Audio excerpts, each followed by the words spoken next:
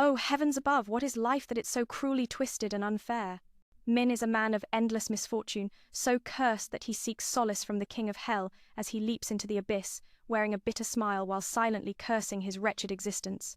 In life, he was treated as worthless trash, and in death, he's merely forgotten scrap.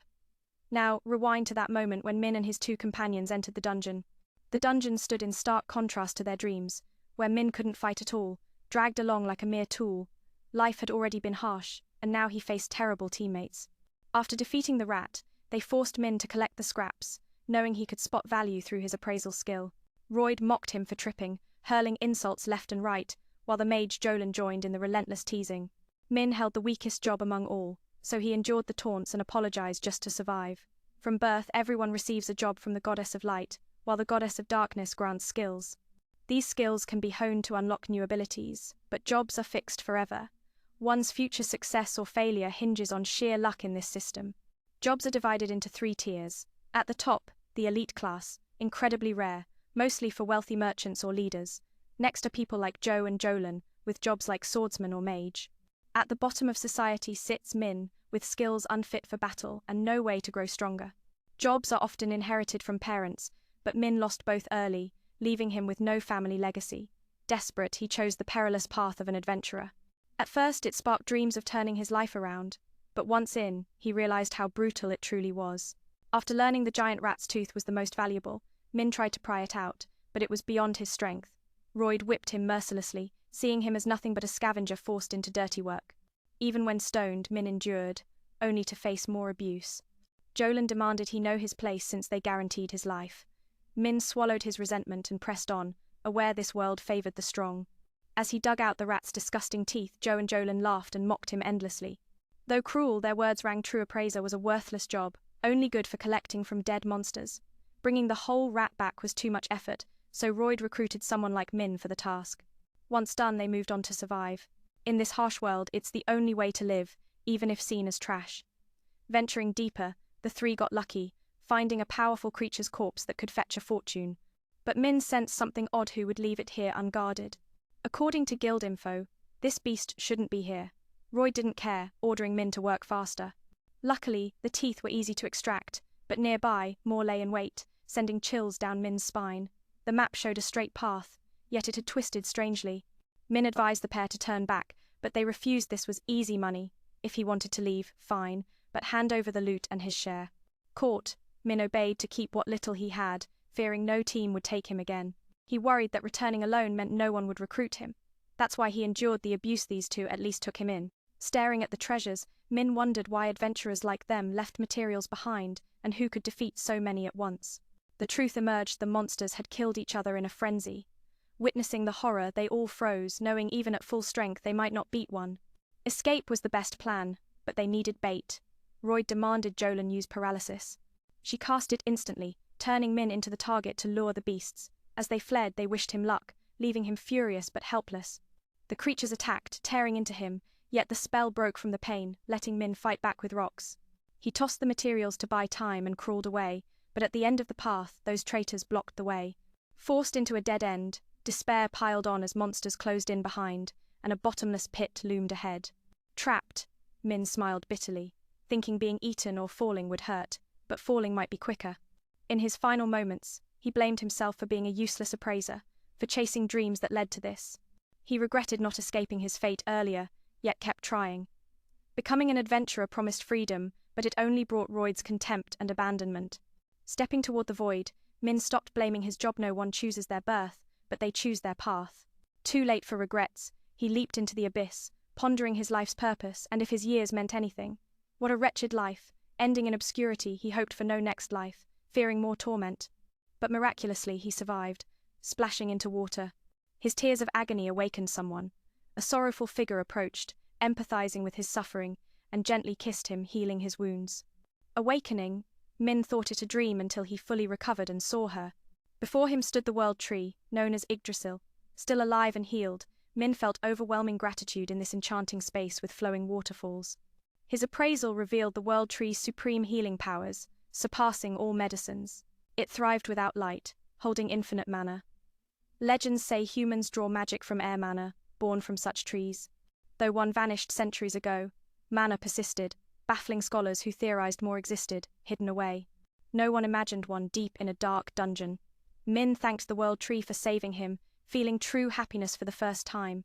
Touching it, he heard a faint call, but saw no one, dismissing it as his imagination. He resolved to escape, noting the area's eerie calm, likely monster-free. Relying on instinct, Min ventured on, armed with a stone for protection, hoping to find a way out before starving. Glancing back, he bid farewell to the World Tree, unaware the girl who saved him was near. Now, in uncharted territory, Min relied on luck, becoming the first to tread these grounds. Though terrified, he pushed forward. Soon, an attack came out of nowhere, slicing his ear and fingers with blinding speed, filling him with agony as he appraised his attacker. It was Erelyn, the S-rank death shadow, a mischievous demon that toys with prey before killing. That's why Min still breathed it could end him any time, but chose torment first. Impaled through his limbs, the horror escalated as a massive bear appeared, slashing his eyes and crushing his body. The beast saw him as a meal, but an elf intervened, slaying it effortlessly.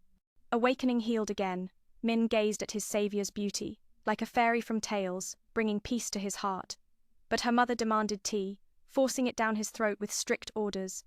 The tea was exquisite, and Min's compliment made the elf blush and wiggle like a puppy, utterly adorable. Her mother overheard and warned him against any ill intentions. Learning it was Yuri who begged for his rescue, Min felt deep gratitude. The mother insisted he kneel, but he simply thanked them, irking her enough to kick him. Yuri stopped her, and Min learned the mother was Ursula, a tiny but fierce guardian. She explained they were like family, with Yuri as the World Tree's protector. There are 9 World Trees, guarded by the strong. Yuri has lived with hers since it sprouted. Simply put, she's its spirit, and Min was stunned by her beauty. Complimenting her made Yuri embarrassed, but Ursula attacked him for it. He realized his injuries were fixed, except his eye, which they replaced with a spirit eye. This eye would bring benefits, as Yuri requested. Min was amazed she went so far because he was the first to thank her sincerely. Few visitors thanked her. Most just took. Grateful, Min saw Yuri as his benefactor. Ursula urged him to leave, deeming him weak, but Yuri worried for his safety. Ursula relented, agreeing to train him until he could escape. Yuri was overjoyed and Min leaped with excitement, earning the chance to be trained by the world's strongest sage. She explains that as long as the body isn't completely destroyed, the World Tree's droplets can heal it, but that eye is utterly shattered, so it can't be restored. Her only option is to use the World Tree to craft a new eye for Nth. This will be a spirit eye, bringing many benefits. Of course, it's not just for show, it'll change his life. Yuri begs endlessly, but the elder refuses. She desperately wants N to see the world with both eyes. He looks surprised and asks why she'd go so far. The gentle girl replies that N is the first to thank her from the heart, and the warmth from his hands flows into the tree, making her feel it deeply. In short, she's thrilled to meet such a kind person and is glad to help fully. Ursula explains that it's incredibly rare for anyone to fall into this world, and each time, her daughter saves them, yet no one ever says thank you. Instead, they break branches and take them away. How heartless. But On is different. He doesn't visit Lamb, even though he knows the World Tree's secrets through his appraisal skill. Hearing this, the young man offers even more thanks, seeing her as his true benefactor. To stop them from flirting anymore, the mother shoos him away. The daughter protests because the outside world is so dangerous, and has already seen that he's utterly helpless against those monsters. Ursula doesn't care about his fate, it's none of her concern. Yuri clings to her mother, begging that the guardian can't leave the sacred bounds. In this era of the sacred tree, sending N back to the surface safely is impossible. Hearing such pessimism, the daughter cries her heart out, piercing the mother's own heart, so she tries to soothe and reassure. She says she has a way, so don't worry. Though Ursula dislikes humans, for her daughter's sake, she'll endure and train him until he's ready to survive and leave. Strong enough to find his own way out. Hearing this, Yuri is overjoyed and hugs her mother tightly, sharing her emotions. N is stunned that they declare he can survive and leave on his own. Thrilled, he jumps up and hugs them both, truly an opportunistic young man. Ursula thinks N should be proud. He'll be trained by the world's strongest sage, but only if he meets the standards. Or else, they'll be tormented until death. On shows determination and asks for guidance, then they step into the dungeon together. The first lesson is controlling the power of the spirit eye. N worries and wants to learn theory first, but Ursula has no time for that. Dive straight into battle. He won't die anyway. She points ahead, telling him to look. But he sees nothing at all, so his master kicks him a few times for being so clueless after all. His left eye already holds a fragment of the World Tree's crystal, yet he doesn't know how to use it. Hearing this, he starts getting familiar with his new eye, and what he sees is the beautiful form of that girl. When he opens his eyes, the dark space suddenly becomes crystal clear. Training begins as Ursula summons a low-rank gremlin, just like before. This creature loves toying with the weak, so it won't kill right away. If he doesn't want to suffer, he must dodge its moves. This seems impossible, but with N's spirit eye and appraisal skill combined, it becomes possible, unlocking new abilities. With the spirit eye, it reveals new powers. Trying it out, he gets an incredibly useful result, not just monster info, but he can read the demon's attack patterns. The price is losing an ear, so his master uses World Tree water to heal it. Yuri knew this would happen and had everything prepared. This helps him survive, and Ursula smirks, saying he won't die, so he should enjoy it fully. With no other choice, he tries activating appraisal again. This time, aiming at the left leg, N dodges for the first time. Avoiding the S-rank monster's attack, it's truly exhilarating. N starts to realize that with the spirit eye, he can predict enemy moves. He anticipates every enemy intent, then celebrates with his master, but ends up getting slashed a few times for being careless. The pain fuels his determination to master predicting the future. Like breathing naturally, that's how he'll transform into a new person. Cutting to a week later, N has mastered future sight, so Ursula. They switch to new fighting styles, aiming to defeat that playful demon. He's worried because his job is support, yet he's forced to attack. But she had it all planned, no need for explanations. She hands him the sword made from the World Tree's wood. One swing and he'll know it's one of the straightest, most beautiful branches from Yuri. She wants to support him fully. It contributed to N's growth, so he endured the pain to break the branch. If he dares to ruin it, he'd surely face her wrath. Of course, he understands and vows to cherish the sword forever. Now, knowing how to move in sync with the enemy's attack timing, he thinks countering is enough, but it's not that simple with human speed. How can he even touch it? The gremlin's secret lies in using the spirit eye to boost fighting abilities, far beyond just appraisal. Hearing this, N activates it, and suddenly, the space around him slows down. That's the reward of mastering the eye. Seizing the moment, N delivers a surprise strike, slamming the demon into the ground. He realizes his strength is growing. He can't be that strong. He realizes it, even though he feels it moving slowly. But in reality, it's different. The power from that strike at such speed is terrifyingly epic. For the first time, the underdog succeeds in taking down an S-rank monster. Ursula scolds him immediately for celebrating too early. The next task from the master is to clear out all the gremlins in this area. It's utterly mind-blowing. Because he's used to the spirit eye's abilities, everything after that feels too easy. The next lesson is to appraise the monster's power and make it his own. Humans develop skills through learning, so mine will definitely pull it off. Normally, he could only appraise and use the info as knowledge, but with the spirit eye, he can even turn the opponent's skills into his own. Yet, this is tough because mine's body isn't used to moving at such high speeds like those monsters. After learning the skill, his mind throbs like absorbing a flood of information. Ursula lets her disciple try it out, and he runs faster for real. However, to outpace a gremlin, he's still not there. His body breaks down because it can't keep up with his own abilities. From now on, he'll have to run endlessly to master that speed. Every time his bones break or muscles tear, he gets healed to run again, repeating this thousands of times. He'll grow unimaginably strong. Many days later, he feels ready to take down that wretched bear from before, so he asks his master for a rematch.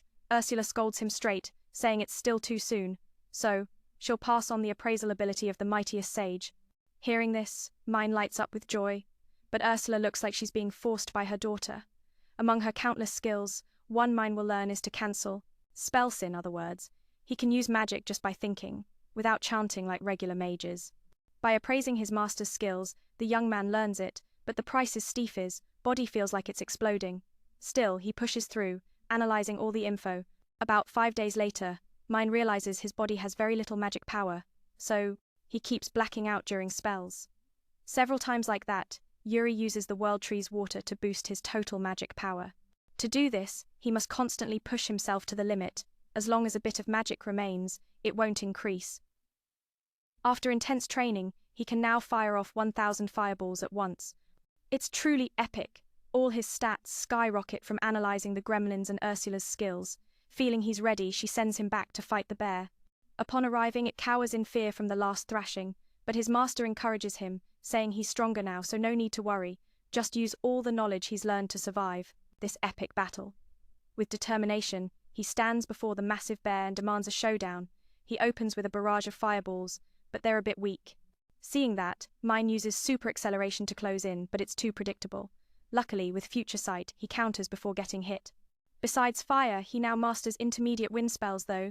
He's not naturally gifted, so the damage is minimal. Thinking a prolonged fight will wear it down, Mine unleashes thousands of fireballs at the opponent. The bear burns and collapses, granting him victory. He feels incredibly powerful, joyful that he'll never be looked down on again. Right away, he uses appraisal to learn skills from this monster. Truly, this way he can grow stronger, but the pain it brings is unbearable. Seeing her disciple has met the standards, Ursula ends the training here. Now, all that's left is to defeat the monsters in the way and return to the surface. As they bid farewell to Yuri, she's suddenly gifted something. Her mother still seems reluctant, but it's from her daughter's heart, so she agrees to hand over the entire spirit core of the world tree. It's what makes up her lost eye. The master says she'll use the rest to make him a better eye. Mine hesitates, saying this is the source of an era. Sharing a part of its power is already a great gift. He doesn't dare take more. The mother scoffs, telling him not to dream, she's just lending it. When he dies, the core will return to her daughter automatically. She doesn't want to talk more now, kneel so she can implant it. After it's done, Mine feels no change. The master says time will tell, for this eye has evolved beyond a regular spirit eye, it's now a divine eye. Ursula is sure once he gets used to it he'll be moved to tears. As Mine thanks his friend, she suddenly pops out from his eye, shocking him. She blushes, explaining that from now on she can reside inside the eye of the one she loves to clone. Clarify, the spirit core is like the world tree, so now he's like a vessel for the great tree. Thus, Yuri can come and go freely. Ursula tells him to be grateful, for now her daughter will accompany him. Her water heals all ills, so it's incredibly useful. As long as Mine isn't wronged, he won't die. He's thrilled to have a companion but worries about his master, as their mother and daughter. He fears she'll be sad. No sooner said than he's kicked in the face. Of course, she can't entrust her daughter to some unknown wanderer. But since Yuri was born, she's never left this place, and seeing they like each other, the mother decides to create an opportunity for her to explore the outside world and discover new things. It's pitiful to keep her here forever. Though Ursula often grumbles, now she wants to pass on the responsibility of protection to Mine. He's ordinary but has a pure heart. Her task is for him to use that eye to show Yuri wonderful sights. Hearing this, he promises he'll take care of his wife, so the mother can rest easy. She also gives him a farewell gift. From now on, Mine can store items endlessly with just a thought. Plus, there's a sacred sword made from the best parts of the world tree. It's a priceless spirit sword. Before he can take it, the mother suddenly stabs him in the eye. Yuri quickly heals it, then lets Ursula absorb a sage stone. It resonates directly with his other eye. From now on, he'll have to share his vision with her. It's like she's watching through his right eye, so she can keep an eye on her daughter. She warns if he dares do anything to Yuri, he'll regret it. Plus, there are other uses, like communication without limits. After preparing everything, the couple bids farewell to the mother. She asks if Yuri wants to do anything on the surface, and she says she wants to meet her family. As known, there are 9 world trees in the world, all her sisters, so she really wants to see them. Hearing that, Mine promises they'll travel everywhere to find her family. It's the best way he can repay her. Seeing them like this, Ursula is happy too. So, Mine enters the dungeon again to find the way out. His right eye gets support from the mother, his left has Yuri, so returning to the surface is easier. The master warns about the monsters ahead. Even before he sees them, it's terrifying how all the info appears thanks to the divine eye. S-rank monsters are no longer a threat. Each time he defeats one, he appraises to learn skills, but surprisingly, his mind stays clear with no side effects. Yuri appears, saying she's fully recovered, so no need to worry anymore. Mine joyfully pats her head, grateful to have her by his side. Hearing that, she blushes deeply, as if she's just confessed. Soon after, following the guidance, Mine reaches the door to the boss. The master explains that every dungeon has one like this. To escape, he must defeat it. This creature guards the dungeon's core, so its power surpasses any monster he's faced. It's dangerous, but Mine doesn't want to let down those who helped him. So he steps inside with full confidence. He's no longer the failure, he's now the vessel of the world tree. As soon as he sees the core, a massive magic circle activates, and the boss appears with a stone body. Because it's too dangerous, Mine tells Yuri to hide in his eye. The master guides from afar on how to win. In terms of raw power, it's no match for this creature, but he has speed and new S-rank skills from the monsters. Ursula gives smart orders. Mine coats his arm in armed haki to block the punch that feels like a meteor strike. His arm holds, but his legs can't. Luckily, Yuri inside keeps healing him, so he's okay. Seizing the chance, Mine activates corrosion to neutralize one of the boss's arms. It attacks wildly in rage, but misses. This won't do. The master tells Mine to use the ultimate technique she taught him. With his current magic, he can pull it off, and with Yuri inside, what is there to fear? So, he goes all out, pouring all his magic into one move. It's called Nova Strike. Just like that, the boss is blown away in a massive explosion, leaving nothing. Mine is stunned at how easily he won. Yuri joyfully emerges to congratulate him. But he knows if he were alone, he might not have succeeded.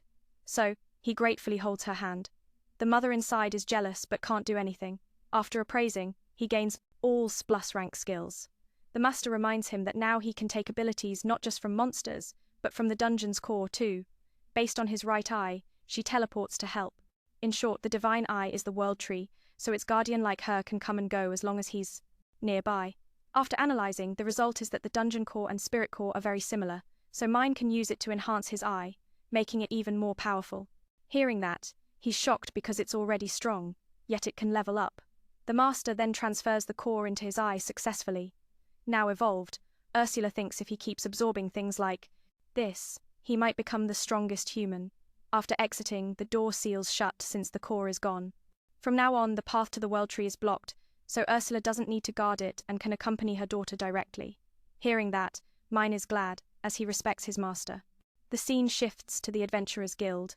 After leaving the Paytang Passan dungeon, the liar has lied to everyone about his death and invites them to collect valuables together. He pretends Mine sacrificed himself to hold them back while he escaped. It's all a deception, and just as he's boasting, Mine appears behind him. They think he's a ghost coming for revenge, but Mine says he's still alive. Grinning as he exposes the liar, Joe doesn't believe Mine could defeat the monsters and return like this. Everyone realizes the earlier words were lies, so they side with Mine and teach the liar a lesson. But Mine steps in to stop it, saying since he's alive, he'll let it go. Actually, Joe was the only one who accepted him into the team for a while. Though used, without him, Mine wouldn't have met his great comrades. So, he forgives without grudge, and even thanks him, leaving the liar confused. Everyone sees Mine has completely changed from a worthless outcast to someone standing tall and moving forward. A few days later, the three-person team keeps taking down strong monsters, building the foundation to conquer other dungeons where the remaining world trees are. His spirit eye has leveled up to 3. The world tree supports the entire world, so not every dungeon has one. For now, their goal is to explore this region fully before heading elsewhere. Mine worries it might take time, but she doesn't mind, because she's the one who made the unreasonable request, so they enjoy the journey slowly. Suddenly, they hear cries for help and rush to see monsters rampaging. Mine dispatches them and heals the nearly dead. Seeing their savior, the girl radiates happiness, calling Mine the hero of her life. Suddenly embraced, he wonders what her brother is doing, but it's the princess, as he introduces himself as Jasper, head of a merchant guild, and reveals Claudia is one of the king's 3 daughters. Already, she's smitten with Mine, demanding marriage.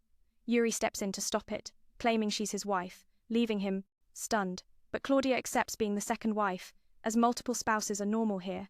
Yuri is shocked at her boldness. The mother tears up, happy her daughter is more confident. Jasper seizes the chance to propose to Mine, nearly choking him. To explain, he leads them to the basement to explore. Jasper is incredibly wealthy, with a hobby of collecting rare treasures. Most world gems are here. What he lacks is the spirit core in Mine's left eye, so he's known about it since he saw him. Legend says to seal the demon king, Mikan, the world tree used all its power and vanished, birthing the core, but no one's ever found it. Yet today, fate brings them together. With his intense passion to preserve gems, Jasper proposes marriage to Mine. It's truly epic. Ursula pulls her disciple aside, asking his thoughts. Their goal is info on the other world trees, and Jasper has a lot, so she advises agreeing and figuring it out later, but Mine only wants friendship. So, the other agrees temporarily and asks about spirit cores elsewhere. Knowing it's dangerous, Mine still wants to go, and the other consents. A few days later, Mine reaches the designated spot, an ancient dungeon. He hopes Yuri's family is here, motivating the group to find the rest. Seeing her worry, he reassures her he'll bring her to her family. So, he delves deeper, following his master's guidance. Ahead is a dead end, but Ursula spots a teleportation spell on the wall. Touching it leads to the real space beyond. Mine does it and is shocked to be transported to the perilous 300-year forest. She explains a powerful illusion has changed the entire space, The one who did this must be one of Yuri's sisters. Right after, her sister Pina telepathically welcomes her, but seeing Yuri with a stranger, she can't accept it and demands they pass trials to meet her. Mine is confused. Yuri has come so far, yet this? She requests teleportation, but the bratty one says she can't use such advanced skills. She thinks it's right because teleportation is high level, and this place is her creation, not a natural dungeon. So, the difficulty is insane. Whether they make it or not depends on their strength. If they die, she won't be responsible. Yuri says okay, she'll try, but Pina insists it's her boyfriend who needs to. Embarrassed, Yuri clarifies mine's not her lover yet. After Ursula's harsh training, he's steadier, unafraid of hardships. He tells her to hide in his eye while he handles it. The sister inside boasts her dungeon is the hardest hidden one, so they should give up. But mine is confident. Her plan is to expose his facade, thinking Yuri is being used. As she enjoys him stepping into her traps, the master in his eye warns him, helping him succeed. Not wanting to drag on, she urges her disciple to finish quickly. So, mine easily bypasses all the traps Pina set, frustrating her. She scolds him for not triggering any, since she designed them, but Ursula butts in, prioritizing her daughter's smile. So, hurry up. Yuri explains her sister has always made traps like this to entertain people. Mine is speechless because they're dangerously thrilling, not fun at all. Pina clarifies she's not that evil. If life-threatening, the system ejects them. Now, the first enemy appears it's an S-rank plant that spews sleep gas. Once hit, you're out for days, but mine is immune to status effects. Pina is stunned, not understanding what he is. Mine focuses on clearing the monsters ahead, speeding up for Yuri's reunion. With one basic sword strike, he splits it in two and casually appraises to learn new skills. Suddenly something attacks at high speed. Even Ursula can't see it clearly, so it's using a stealth skill. What shocks Pina is that mine takes the hit but stands unfazed. He smirks, saying he has a skill to nullify sneak attacks. It's hard to tell her to just crawl into your face so I can take care of the little sister inside, who is wearing a dazzling outfit and screaming in the hidden dungeons, but it's the hardest in my place, so give up early. I'm extremely confident and say it's okay. In fact, Pina's intention is to expose the fake face of the person who thinks his sister is being taken advantage of and is happy because he stepped on the trap, but the master in his eyes has already reminding her to help her pass successfully. She also didn't want to go around in circles, so she urged her disciple to finish this quickly. Just like that, the young man easily passed all the traps that Pina set up, making the little girl angry and scolding her brother for not stepping on one because she had already spent time designing it. Ursula Chen came in and said that the top priority was her daughter's smile, so hurry up. Step up for others. Yuri shares that her sister has been crafting these clever traps since childhood to bring joy to people. Ayn is left speechless, for they're wildly dangerous, not fun at all. Bina explains, I'm not that cruel. If life-threatening danger strikes, the system automatically ejects them. Now, the first enemy has appeared. It's a plant species. It spews gas that causes paralysis, and once hit, you're out for the count. But Ayn is immune to such abnormal states. Bina starts to laugh but freezes in shock, baffled by what kind of being Ayn truly is. Ayn focuses on clearing the monsters ahead, speeding up to reunite Yuri with her sister. With one basic sword strike, Ayn slices the creature in half and even dares to learn a new skill on the spot. Out of nowhere, a shadowy attacker strikes at blinding speed. Ursula can't even track it, so it must be using a stealth skill. What shocks Bina is that Ayn takes the hit but stands unfazed, smiling as if nothing happened. Ayn boasts, I have a skill that nullifies sneak attacks. The sister cries foul, calling it cheating, but Ayn brags about recently learning the immovable fortress skill, combined with anti-ambush abilities, making them unbeatable. Bina proudly defends her monsters, challenging, bet you can't catch me. The master demands using spirit eyes to spot the hidden position, and once revealed, Ayn crushes the ground with one hand, claiming a new stealth skill in the process. Bina is baffled how an S-rank monster falls so easily. Ayn proudly says, with Yuri by my side, I'm a bit overpowered. The sister bursts into tears as her big sister provides strength for Ayn to move to the next trial. Bina regains confidence, warning that the creatures here won't go down as easily. Two super beasts appear, charging straight at the young hero. What fools, they rush head-on and pay the price. Ayn dashes with terrifying speed, slicing them in two before they can react. Bina gapes in astonishment that such beasts fall to a single blow. Ursula offers to grant Ayn new skills while the sister asks if Ayn is some kind of monster. Ayn replies, I'm just an ordinary adventurer. This leaves Bina pale with shock, for such power to be called normal is truly remarkable. The scene shifts to Roy, suddenly trapped in a dungeon prison. He's faced endless dangers, and only Bina's no-kill mechanism saved his life. Remembering Ein's forgiveness, Roy can't handle the guilt and blames Ein for all his troubles. Now, the guilt has turned against Time every where he goes. He's cursed like a dog. His bitterness peaks when Jolin betrays him, realizing staying with her would ruin his life. She played the victim, claiming Roy used paralysis on Ein. Roy argues back, but she's clever, using tears to twist the truth. In reality, it was Roy who asked her to use the spell. Cast out and banned from the tavern, he thinks others would do the same in his shoes, yet he clings to a false sense of nobility. With no one willing to team up, he takes on solo quests, hoping to erase his stains by succeeding in the ancient dungeon against D-rank monsters. Touching the wall teleports him inside, where Bina welcomes the new player with a pit of traps. He thinks he's done for, but gets ejected for being too weak. The sister scolds him to leave, but he's desperate for glory, knowing he won't die but will still get hurt. He presses on, wondering how vast this place is, then encounters a massive S-rank crocodile. Before he can act, Roy takes a hit, but he refuses to give up. Returning empty-handed means utter shame. Bina advises that if he's scared, he can shout, "I quit," to be ejected. Taunted, he storms off, only to have his arm crushed by the beast. The creature knows he's weak and toys with him, baring its teeth to scare him into quitting. Suddenly it's beheaded in one strike, truly astonishing. From behind, Roy sees his savior and thinks, this person is incredibly strong. He thanks them, only to realize it's Ein. Roy is stunned, asking what Ein is doing here. Ein replies, "I'm here to complete my challenge."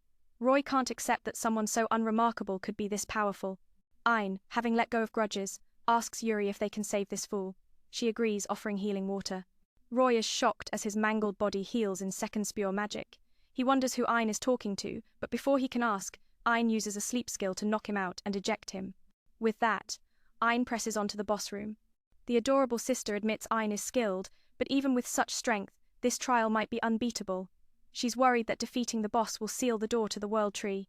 Last time was from inside out, but now it's the opposite, fearing they won't reach her. Ursula explains that only destroying the dungeon core causes that. Hearing this, Ein charges in, asking the master where the enemy is. She reveals it's the entire ground below. With countless skills, Ein can now fight while flying. The foe is Xuanwu, one of the four spirits. This colossal creature shrugs off spells like nothing. Ursula senses a familiar magic wave from it. The turtle counters with spells, but Ein blocks and reflects them effortlessly. Ein thinks this is overpowered, then notices traces of magic around and realizes the truth. He stops fighting, letting the attacks pass through harmlessly. Ursula thinks he's mad, but it's simple. The turtle's physical strikes can't touch him because Xuanwu is an illusion. Ein dispels it, revealing a tiny turtle. He captures it, finding it adorable. Ursula admits Bina's illusion is terrifyingly real, altering space itself. Kudos to Ein for seeing through the trick. He learns this is the infant form of Xuanwu, a creator of heaven and earth. Ursula is shocked and stays silent. Ein asks Bina if they can pass, pleading not to kill the turtle. At first, she insists, but Ein's begging calls her cruel for making him do this. Overwhelmed, she opens the door. Yuri runs to embrace her sister, overjoyed. Bina scolds Ein for bullying, but Yuri defends him, hinting she's smitten. Yuri shyly admits it, wiping away tears as she says how happy she is to see her sister healthy. Ein shares the joy, and when asked to join, he agrees. In return, she'll gift a spirit core like Yuri did. Xuanwu transforms into human form, introducing herself as Kurohim, Bina's guardian and daughter of Xuanwu. Ursula is floored, and Ein follows suit, calling her Kuro as requested. Ursula scolds Ein to bow in respect. He asks permission to take the mischievous one on adventures, and Kuro agrees, with conditions. She hands over a defense stone. Kuro likes Ein's gentle nature and grants him Xuanwu's impenetrable barrier. It'll be a huge asset. Ein has no objections. Having friends is a dream come true. Ursula crafts the spirit core for Ein to absorb, boosting his divine eyes and leveling up with new functions. Seeing Yuri smile with her family, Ein gains even more motivation. Ursula, tough on the outside, is touched by Ein's help. Outside, Joy wakes up, grateful for Ein's saves. The next day, Jasper takes Ein to the Adventurers Guild to sell the high-grade monsters. Ein worries about suspicion, but Jasper vouches for him, his reputation carrying weight. The receptionist greets them politely and calls the guildmaster. The master wants to buy the S-rank materials directly to ensure fair pricing. Checking Ein's ID, they doubt a low-rank appraiser like him could have such items, and think Jasper is being tricked. Others mock Ein's rare but worthless job. Hurt, Ein is comforted by his friend. He activates his skill, revealing a hoard of precious S-rank materials, including the Immortal King's skull, silencing the mockers. They accuse him of theft. Thou could an appraiser get this? The master defends Ein, calling the accusers fools for judging by class alone. She praises Ein's eyes, and the receptionist confirms the items are genuine. Jasper declares Ein the strongest, having slain these beasts alone. The mockers backtrack in fear, and the receptionist apologizes. Megan promises better training, and Ein, ever forgiving, lets it go. He was a man apart, wise and understanding.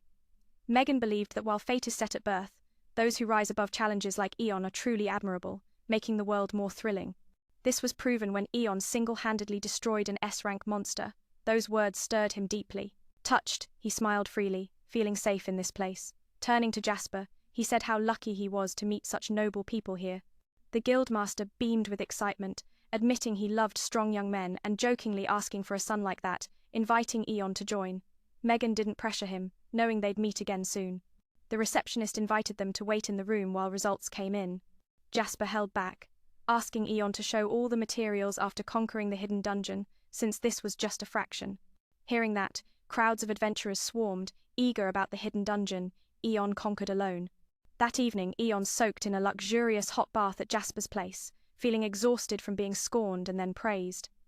Suddenly, Yuri appeared, calling him handsome, startling him. She was upset he dared run from her. Pina joined, teasing that he saw her curves and got distracted. Yuri was older but innocently naive, not grasping her sister's hint. She told them to leave, as this was the men's bath. Pina refused, saying spirits don't follow human rules, and playfully swayed her body for Eon to see. It was bold, and he fought off wandering thoughts about her form. He argued, but it was tempting. Yuri blushed shyly as Pina joked about a spirit-human child. Ursula, witnessing it all, erupted in anger, accusing him of eyeing her daughter. As for her, being flat-chested, she didn't mind the stares. Eon was shocked and demanded they cover up, but Ursula warned him Yuri was her treasure. If he dared touch her, he'd regret it. Yuri rushed to defend him, calling him wonderful, and he felt caught in her charm. Ursula couldn't stand it, and activated her ultimate skill, questioning his intentions. Pina cheered the fight on, excitingly. Eon panicked and fled to the shore, only to meet Kuro, who wasn't naked but still alluring. Seeing the fun, she confirmed giving Pina to Eon was right. He saw Kuro as Pina's mother, and she explained guardians like her created spirit cores and lived within, so it made sense. Eon thought of 6 more intriguing groups like this, but Kuro corrected to 7. It was a dead world tree, yet the spirit cores endured. Sadly, Yuri's eldest sister vanished with her guardian. Finding Akaina might locate the others, but it was tough. Eon saw it as a tough puzzle. Kuro asked if he was already stuck, and he laughed, saying he'd stick to his original goal. Seeing her bright smile, helping Yuri reunite with her family became his mission, as they saved his life and opened a new path. Kuro realized Eon had a natural charm that drew people in. The next morning, he met Megan again. Jasper said the guildmaster came to assign a task. Curious, Eon asked why him, and learned no one else in the guild could handle it. Have you heard of B? It's one of the mightiest ancient dragons, created by the Demon King a century ago. Sealed with him, it vanished, but lately reports say it's resurfacing, causing deaths. Megan needs Eon's special powers for this SS rank mission to slay B. Jasper urged caution, as it might be a one-way trip. But Eon agreed firmly, surprising them. He didn't fret. His thoughts were simple. People are in trouble, so he'd fix it. His friend praised Eon's not just strength but unbreakable will. The guildmaster had no words, relying on him fully. Eon set out with his 4 spirit companions to the site. It was a desert, making it hard. Ursula located the beast, warning of its ability to absorb spells and turn them into magic, with shots that rip space. Be careful. Normally, B hides under sand by day, so they had to lure it out. Eon fired a fireball, creating shocks to draw it. Threatened, the earth dragon emerged, demanding who dared disturb its sleep. Seeing it, Eon thought it massive, nearly as big as Kuro's transformed form. It spoke, boasting of never tasting defeat since the Demon King created it, crushing all in one blow, finding life boring and waiting. Glancing at Eon, it saw weakness but noted his strong spells, so maybe worthy. Eon introduced himself, declaring he came to end it. Bih laughed at such folly. Created by the Demon King, it claimed supremacy. Eon teased that the Demon King wasn't that impressive. Enraged, the battle began as Eon insulted its master. As Ursula warned, it fired air blasts, tearing everything, but Eon dodged with super speed. The sandy terrain favored Bih, yet Eon charged unharmed, striking with his own strength. The dragon was shocked its tough scales were sliced easily. It realized Eon was here to hunt it, burrowing underground, thinking to trap him. But all tricks failed against the strong. Aeon unleashed a massive explosion inside it, as its exterior absorbed magic. Protected by Kuro and Ursula's barrier, he was safe. From the start, Aeon had baited it with illusions, leading to its downfall for underestimating humans. In defeat, Biff felt content, experiencing pain for the first time. Looking into Aeon's eyes, it was satisfied. As it faded, it asked what he did, and he explained the internal blast. The dragon accepted its fate. Ursula urged Aeon to claim the skills quickly. As an Earth Dragon, they were all SS rank. Yuri and Pina praised him as the first to defeat a Demon King creation. Aeon credited everyone, saying he just used the power. Days later, Yuri and Aeon were invited to the castle by Kaya, who still claimed to be his wife. The king wanted to meet his son-in-law. He looked stern but was warm, inviting Aeon to sit and chat. His spirits embraced, fighting for attention, and the king beamed at Aeon's charm. Today, he came to honor Aeon's defeat of B, as Megan reported. He thanked him for saving his daughter, explaining Kaya's fascination. As a father, he bowed in gratitude, but Aeon credited Yuri's strength. The king trusted Aeon's pure heart and hoped he'd become great. He gifted a royal watch allowing travel anywhere, perfect for Aeon's adventures. The scene shifted to another city, where Aeon's fame spread, from obscure to legendary. Suddenly, Echina appeared, seeking help as a spirit. After battling the Earth Dragon, Aeon felt drained and slept. Yuri used the time to rest. Pina, fresh from a bath, asked her sister to dry her hair, assuring her Aeon was fine. To distract, Pina suggested cooking for him. It had been ages since they shopped together, so why not explore? Yuri feared danger, but Pina promised spirits were untouchable. Back in the city, Royne, knowing Echina was a spirit, grew interested. She manipulated slowly, mentioning his grudge against an appraiser. Aeon fell into darkness, recalling his harsh past with Royne, feeling used and underpaid, forcing smiles. He remembered being attacked by beasts, saved by luck, and Royne's betrayal. The voice echoed, calling him worthless without the spirit eye. He woke with a start, Ursula worried. Asking where he was, she explained his body overloaded from power. His spirits were out shopping, watched over. She advised rest and sweet words later. Aeon shared his nightmare, realizing his change was due to Yuri and others. He admitted feeling weak, but they made him strong. Meanwhile, Echina tempted Royne with the spirit eye's power, fueling his jealousy to manipulate him against Aeon.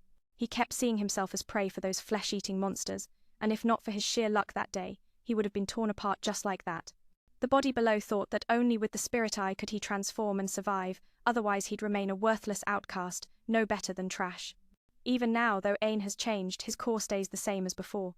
En jolted awake, making his master worry. He asked where he was, since after talking with the king, he remembered nothing. Ursula thought it was because his human body held too much power, leading to this state.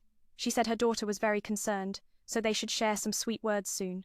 Now, the two siblings are out strolling the streets, with guards watching from afar, ready if anything goes wrong. If trouble arises, they'll rush in at once. Seeing En not fully recovered, Ursula insists he rests more. He shares that he dreamed of nightmares, how changing his fate was just a fluke meeting Yuri and the others. He thought he should have been devoured by those monsters long ago. It's all thanks to the spirit eye that he's here now, alive and changed. They see him as weak and useless, just as Roy said back then. Now, Echina promises to help with revenge and explains the power of the spirit eye that En possesses. The one Roy hates has that very power, making him so strong. Hearing this, Roy boils with envy, realizing En not only lives forever but is overwhelmingly dominant. How could a dull guy like him become so mighty? It's all because of the spirit eye. Echina lures prey with it successfully. She asks if he'd want such ability too. He's eager, and she offers something strange, but she's no fool she won't hand over her own spirit core. She just wants to exploit Roy's jealousy to manipulate him into targeting the two sisters. After planting the idea, the young man transforms into a monster, his power unmatched, rivaling the spirit eye. He's used as a tool, rampaging everywhere, obsessed with revenge. His body feels lighter, incredibly empowered, though a bit grotesque. Nearby, he spots the woman who tricked him and charges at her, bashing the head of her boyfriend Jolin in fury. Jolin is terrified, shocked to see it's Doan. She begs forgiveness for what she's done, promising to tell the guild she paralyzed En. But he doesn't care. He wants to return as the man by her side and agrees, only to swallow her whole so they're together forever. Bina and Yuri nearby have no idea they're targeted. The beautiful sister thinks she must repay En for helping find her family. She doesn't want to just be protected, she needs to act. Hearing an explosion, they pause and rush to check. Many are injured, so Yuri uses her powers to heal them all. Ekina watches from above and orders Roy to target the spirit users, not the weak ones. Without the spirit, En will revert to trash. Roy obeys, but luckily Bina reacts quickly, using her barrier to block an escape with her sister. Roy tries to break it but fails, so Echina guides him to use anti-spirit powers. He follows, easily dispelling the barrier and chasing them. Bina gets hit, but the damage is minor. Yuri steps in to shield her sister, telling her to run first, but Yuri ends up captured and labeled a fool for giving power to trash like En. In the crisis, En and Ursula arrive to save Yuri. She bursts into tears, saying she trusted everyone. En feels guilty for not protecting her sooner. He insists everyone enter his spirit eye so he can fight alone. After appraising, the info appears unclear, and his master thinks Roy can block spirit powers. Roy attacks, but En counters with a barrier. Yet, as a chimera, Roy is incredibly strong, overwhelming En. Barriers are useless against anti-spirit techniques. En gets slightly injured, finding it absurd. Ekina smirks, thinking such a weak barrier can't stop Roy. Roy gloats that Ain's powers are limited. He reveals he's gained spirit abilities too. Ursula calls it nonsense and urges Ain to focus on fighting, as they're in the city. En holds back, not wanting to kill a human, even in that form. His master is confused why En doesn't use his immense strength and brags about past feats. En is furious that this madman hurts others, thinking with monster powers there's no need for restraint. He believes En is just like him and understands the urge for revenge. Roy tells En to drop the good guy act. He sees the resentment in him. En must be raging from past oppression, no different from trash. Surely, En wants revenge too. Those words stir Ain's mind. The inner darkness asks if he's never thought of revenge. As someone scorned and mocked, the pressure invades his thoughts, whispering he's no better than the monster before him. So, embrace reality and stop pretending to be good. Everyone's the same. For survival, they'll do anything evil. A lowly outcast has no pride. Though stronger now, he's still a foolish fool. Yuri steps in, shielding him, insisting En isn't like Thade's truly kind. Ursula agrees. Few are as pure-hearted as Ain. He's grown stronger in every way, so be confident. He's always used the spirit eye to help others, not himself. Now, it's time to awaken fully, and use that power to protect, not oppress. Ursula reminds him of his goal, to repay Yuri for her new life. Stopping now would betray her. Yuri adds that she's here with Bina because of Ain. Without him, they'd never reunite and change their fate. Touched, En realizes he's made a difference and has become stronger. As the darkness persists, En bravely admits he resented the world for his weak job, but Yuri and others believed in him, so he must respond. Power surges in Ain, delighting his master it's the full spirit eye strength. The inner evil vanishes. Roy backs away, threatened by the massive magic. Ain vows to protect everyone without hesitation. He's now the true guardian of the spirits. Roy mocks and attacks, but En sees through everything, his physical power at its peak. With one strike, the monster quakes. Ain looks at Roy with sad eyes, like pity, making him furious. In this state, anti-spirit techniques can't pierce Ain's barrier. Joy begs Akina for more power. She grants it, making Roy lose control as he charges. En counters with a purifying sword strike, blowing away the evil but sparing Roy's life. En forgives the betrayer. Joy asks why En keeps saving him despite the treatment. En says saving people needs no reason. The weak deserve help to grow stronger. He won't run from his fate anymore and believes Roy can change too. Roy accepts the truth and is arrested. The group learns their new enemy is the spirit user who manipulated Roy's hatred. That night, Echena retrieves her broken eye, having gathered data from the fight. Her plan to revive someone proceeds smoothly. Roy's memories of her are sealed, so no exposure yet. Days later, Yuri surprises En by proposing a kiss, leaving him choking. He asks if she's joking, fearing Ursula's wrath. She insists it's Serius, a spirit guardian ritual. His master appears and approves for the greater purpose. En is just a novice guardian. Their bond is unstable, so the ritual stabilizes it. His mana fluctuates, pressuring Yuri. Seeing it's necessary, En agrees and apologizes for the troubles. She says one kiss will make up for it. En thinks it's just a hand kiss, but then Pina and Kuro block them, wanting to watch. They urge him to go ahead, don't mind them. En blushes, too embarrassed to proceed. Ursula tells the others to leave, as it's making him uncomfortable. Bina is surprisingly calm about her daughter being kissed. She says En is part of the family now, but just one kiss. Come on you two, hurry and seal it with a kiss. Hearing this, Ain blushes and hesitates. Ursula suggests they leave to spare him the awkwardness, while Bina stays surprisingly calm about her precious daughter. Ursula says Ain is now part of the family, but keep it to just a kiss. Alone with Yuri, she's flushed. This is her first time. She asks him not to hurt her, puckering up. Ein is shocked. He thought a hand kiss would do, but lips it is. It's a necessary ritual, and he likes it too. Nervous on his first try, he trips and kisses her anyway. Their pact is sealed, boosting his divine eyes and stats. Yuri is over the moon even with just a peck. The scene shifts to Ekina meeting a demon noble, Baron Fan. He asks her purpose, and she presents a direct order from the Demon King to eliminate Ein. Fan feels insulted to fight a mere human. Ekina assures him Ein is powerful enough to take down a dragon lord. Fan scoffs, claiming he's above such creatures, but Ekina's flattery wins him over. Fan is outraged at being underestimated. En strikes him down effortlessly. After, En wonders who sent him and if Yuri and the others are targeted. They arrive, asking if he's okay. Bina praises En as a full guardian, maybe even stronger than her. Ursula teases him back. The next day, they meet Claudia, who's thrilled to see En. He says he's here for the Forbidden Library. It's the kingdom's knowledge hub, accessible only to royalty, but his watch grants entry. Claudia leads him, even though she can't enter. The door has a strong barrier. En passes, but Yuri can't. She feels an invisible wall. Ursula senses their bond cut. The barrier's maker is a master. Ein worries but presses on for clues about Yuri's family. It's a vast library. Finding info might take years. Suddenly, a girl falls. En catches her. It's Alice. She thanks him, embarrassed, and introduces herself as the librarian. She explains she was lost in a book. Alice returns it with magic and knows everything here. En thanks her for letting him in. She asks his purpose. He wants info on hidden dungeons to reunite someone with their family. She gives him the book, and asks about Yuri. En is surprised. Her spirit core is in his eye. Alice is another World Tree spirit they're seeking. Later, he leaves without letting Yuri meet her yet. They must conquer the dungeon first. En apologizes and promises to find a way soon. Bina and Yuri trust him. Alice's mother asks why not give the dungeon book directly. Alice fears the outside world and has no combat power, only far sight. She resents humans for killing her kind. Yuri finally meets her sister Pina, and Yuri are waiting eagerly. But En must conquer the dungeon holding Alice's world tree first. He apologizes to his poetess for not letting them meet right away.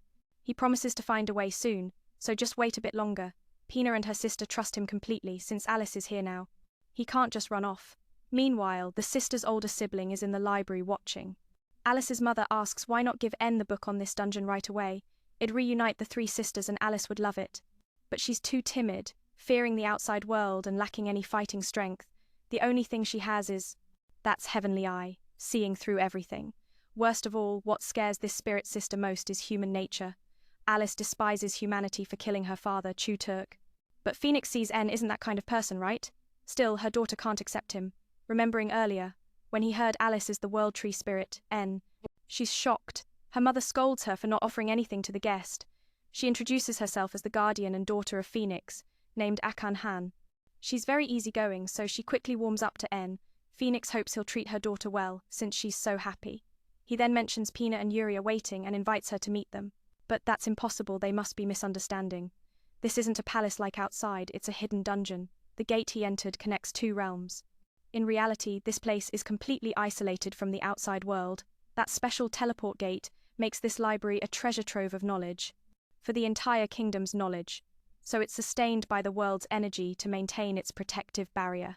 The only way they can meet is by finding another gate connected to this hidden dungeon that En must conquer from the start. Only then can they exit.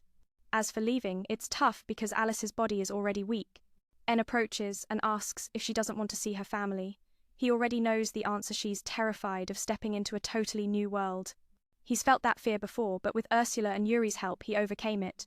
So, if Alice wants to leave, he'll give it his all to protect her. He'll protect her with everything, no matter the monsters or dangers, and bring her to her sisters safely. Hearing his sincere words, without any deceit, Alice is moved. En is human, yet he doesn't bring fear or unease. So when asked if she can trust him, Alice silently agrees and promises to find the hidden dungeon soon. And she'll return here to welcome him back. Watching him leave, she promises to meet tomorrow. Her mother is delighted, but reminds Alice to decide for herself if she doesn't want to leave the library. Don't force it. From yesterday's meeting, she's noticed her daughter has feelings for that boy.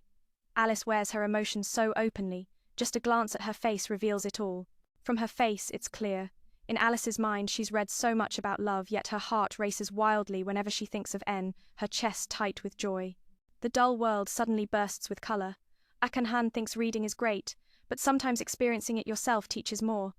so why not trust N once? After defeating it, he gains new skills. Alice checks if he's hurt, touching his face. As they prepare to leave, Alice feels anxious. Akahan suggests N carry her. Before starting the dungeon conquest, her mother gives N the spirit core. Without it, Alice can't go outside. But she can't use teleportation, so only her clone can follow to help. With that, they begin escaping this hidden dungeon. Along the way, he realizes Alice's stamina is way weaker than he thought. She's exhausted after every step. In the end, he has to carry her while fighting. Lately, with all the powerful skills he's learned, conquering areas has become straightforward. They quickly reach the boss room. This is an uneven showdown. The boss wields insane sword techniques. Finishing with ultimate skills, it's a good thing N has so many, or he'd never stand a chance in a normal fight. After defeating it, he gains the quick draw sword skill and extended slash range. The two mothers knew he was strong, but this level is shocking. Alice gently strokes his cheek to check for injuries, still unsure how to express her feelings. After preparing to head out, Alice suddenly feels uneasy. Her mother insists on carry her, since she loves it that way. He says he's always ready, whenever Alice asks. Hearing this, she blushes with shyness. Akanhan is over the moon, seeing her daughter finally falling for a boy after burying herself in books for so long. If she keeps getting dimmed like this, Alice gets furious and blasts her mother away. Soon after, the three sisters reunite. Yuri, as always, rushes in for a hug with her generous curves. Pina is gentler, asking if she's okay. Tortoise and Phoenix greet like old friends, since they're equals. Only Ursula is lower rank, so she trembles at the sight of Yuri's wife. Then she runs to hug N, thanking him for bringing her sister. Thanks for bringing my sister here. Seeing this, Alice feels jealous, and it's obvious. So Pina teases, saying she loves N, leaving him confused. Alice's annoyance shows clearly, so Pina amps it up. But she delivers the final blow, asking if there's room on his right arm. Without hesitation, she dives in for a hug, claiming her spot. Everything's clear now, so he defends his friend, telling Pina to stop teasing. She wonders if he already likes her sister. Hearing that, the girls crowd around to ask. Suddenly cornered, N doesn't know what to say. Later, the girls head to the steam room to relax, and somehow he gets dragged in too. Back to the same question. Is he really falling for Alice? She's eagerly waiting for his answer, stuck in an awkward spot, frozen and unable to move. Everyone's hanging on his every word, but this young man stays strong and pure-hearted. If he slips up now, Ursula might chop him down for real, no joking around. The most frustrating part is that pesky girl. Pina climbs right onto his lap. Who could handle that? He tries to escape, but Yuri scolds him for even thinking about it. The master chimes in, saying they're going too far and should consider his feelings. But the three spirits won't listen. N glances left to see those plump fruits and right to perfect legs without a flaw. That girl. She teases confidently, saying his face is flushed red. Though she's small, she's perfectly shaped, not lacking compared to anyone. She loves playing with hearts. Yuri innocently thinks he's red from a cold, but it's not. Akan Han, experiencing a steam room for the first time, feels refreshed. Kuro hears this and keeps cranking up the heat, testing N's endurance. After a while, he feels off and has to carry Pina out. Alice is also overheated and can't move. He suggests giving up, but she wants to stay. They haven't been together in so long, and crave every moment. Hearing her sister say forever. Yuri and Pina quickly shift their focus to showering him with affection. Seeing this scene, everyone feels a wave of joy. Phoenix thinks the girl's confession is too timid to reach his ears, but oh well, there'll be more chances later. For now, she asks her master to handle Alice's spirit core. Plus, Akan gives him a revival stone, just like the ones from those two mothers. She can offer great support, though she can't teleport like Ursula. Her powers are still incredibly formidable. Just like that, the master upgrades the Divine Eye to SSS rank. As Alice tries to express her thanks, she trips and accidentally pulls down his pants for all to see. Shocked, N freezes for a moment. Alice stares in awe at what she sees, lost in thought. Alice, stunned, faints on the spot at the sight of Yuri's wife's reveal. The others stay calm, joking that N's got quite the package. The next day, Megan seeks N for some tasks and notes how much he's grown in just a few days. Jasper agrees both in strength and spirit. The pair still has intentions for N, telling him, "If you want, you can run into my arms any time." Back to the main issue. Today, the Guildmaster gets an urgent task from the king. First, he asks N if he knows about the Demon Clan. Of course he does, he just defeated one last night. It's known that centuries ago, brave heroes erected a spatial wall. A powerful force once drove the Demon Clan out of the human world, but lately they've started showing up more often around Rick. The mission is to wipe them out before more casualties pile up. Obviously, other adventurers can't handle it, so they're calling on someone with spirit power. Hearing this, he calls the girls to join him outside. I want to help the people of Resic. Ursula objects, reminding him of their original goal. When asked why, Ein recalls being saved by them and understands the despair of facing overwhelming foes. Consider it repaying a debt for encountering Ursula and Yuri, who helped him so much.